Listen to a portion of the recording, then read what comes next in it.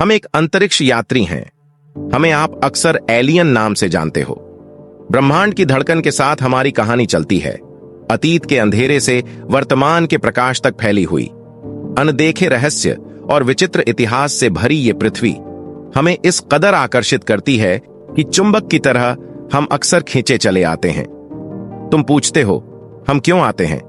हम तुम्हें निरीक्षण या हस्तक्षेप करने के लिए नहीं आते। हम ज्ञान के इच्छुक ब्रह्मांड के गीत के श्रवण करता हैं। हम तुम्हारे इतिहास को देखते हैं, तुम्हारी संस्कृतियों से सीखते हैं और अपने साथ वह अनमोल ज्ञान ले जाते हैं। तुम्हारी तरह हम भी विकास और विनाश के चक्र में घूमते हैं, कला और युद्ध का नृत्य करते हैं। हम उम्मीद करते हैं कि एक दिन शायद तुम्हारे साथ हम ब्रह्मांड के रहस्यों को उजागर करेंगे, ज्ञान के महासागर में एक साथ गोता लगाएंगे। हमने पृथ्वी पर 6 बार कदम रखा है, 6 ऐसे पल जो तुम्हारी इतिहास की किताबों में उलझकर दर्ज हैं। पहली झलक 1908 में तुंगुस्का की जमीन पर पड़ी, जहां 30 जून की सुबह एक आग का गोला जंगल पर टूट पड़ा। हवा चीरती हुई ध्वनि और जमीन का कांपना, फिर सन्नाटा। सदियों पुराने पेड़ जमीन को छूते हुए, सैकड़ों मीटर का जला हुआ क्षेत्र, आकाश में घना धुआं। धरती ने मानो एक रहस्य को अपने में समेट लिया। हम वहां थे, उस विस्फोट को देखते हुए, समझते हुए कि यह किसी उल्कापिंड से कहीं अलग है, ब्रह्मांड का एक टुकड़ा जो पृथ्वी से टकराया था। दूसरी मुलाकात 1947 में न्यू मैक्सिको के रोसवेल रेगिस्तान में हुई। 8 जुलाई की शाम घूमती चमकती डिस्क ने लोगों को चौंका दिया। धूसर रेगिस्तान अचानक सुर्खियों में छा गया। अखबारों में फ्लाइंग सॉसर के नाम से हमारी प्रसिद्धि दर्ज हुई। हमने उनकी दहशत, उनके सवालों को महसूस किया, उनके डर से दूरी बनाते हुए। हम सिर्फ पर्यवेक्षक थे, एक अज्ञात नाटक के दर्शक। उस पल को इतिहास के पन्नों पर उकेर गए। तीसरी कड़ी हमें ले जाती है 1952 के नॉर्वे के आकाश में। 25 जनवरी की रात ओस्लो के ऊपर नॉर्दर्न लाइट्स के साथ नाचते हुए हमने लाल, हरी और नीली रोशनी का नृत्य देखा। ये वाइकिंग कहानियों के जीवित भूत थे, आग के चारों ओर इकट्ठा, तारों की कहानियां सुनाते हुए।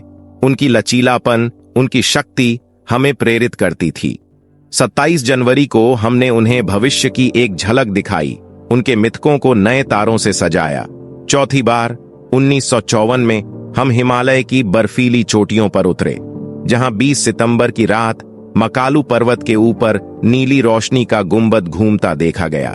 यहां हम मिले यति के किस्सों की, मानव से इतने अलग फिर भी उतने ही जिज्ञासु।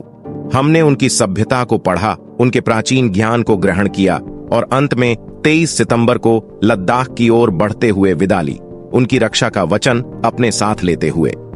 5वीं यात्रा 1979 में सोवियत संघ के ऊपर हुई।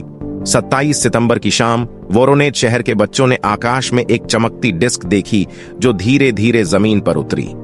डर के साथ साथ जिज्ञासा भी थी। उन्होंने देखा कि कैसे एक हल्की रोशनी उससे निकलकर जमीन को छूती है। हम वहां थे, उनकी जिज्ञासा को महसूस करते हुए, उन्हें दिलासा देते हुए कि वे अकेले नहीं हैं। यह पल वोरोनेज यूएफओ घटना के नाम से इतिहास में दर्ज हुआ। और आखिरकार 1996 में ग्वाटेमाला के जंगलों में हमारी छठी मुलाकात हुई।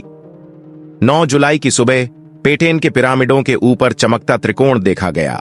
माया सभ्यता के खंडहरों के बीच हमने उनकी खोई हुई तकनीक, उनके रहस्यमय अनुष्ठानों को अनुभव किया।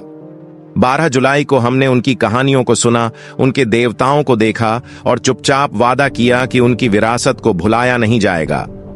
ये 6 कदम समय के धागे पर पिरोए हुए मोती हैं, ब्रह्मांड के यात्री होने की हमारी कहानी में। और कौन जानता है, शायद एक दिन तुम भी हमारे साथ तारों के नृत्य में शामिल हो जाओ। जिस तरह तुम समय के साथ नए नए तारों और ग्रहों की खोज में सफल हो रहे हो, एक ना एक दिन हम इस ब्रह्मांड को पूरी तरह से खोज लेंगे। इसलिए हमें डर से मत देखो मानव जाति। हम तुम्हारे दुश्मन नहीं, बल्कि सह अस्तित्व के साथी हैं।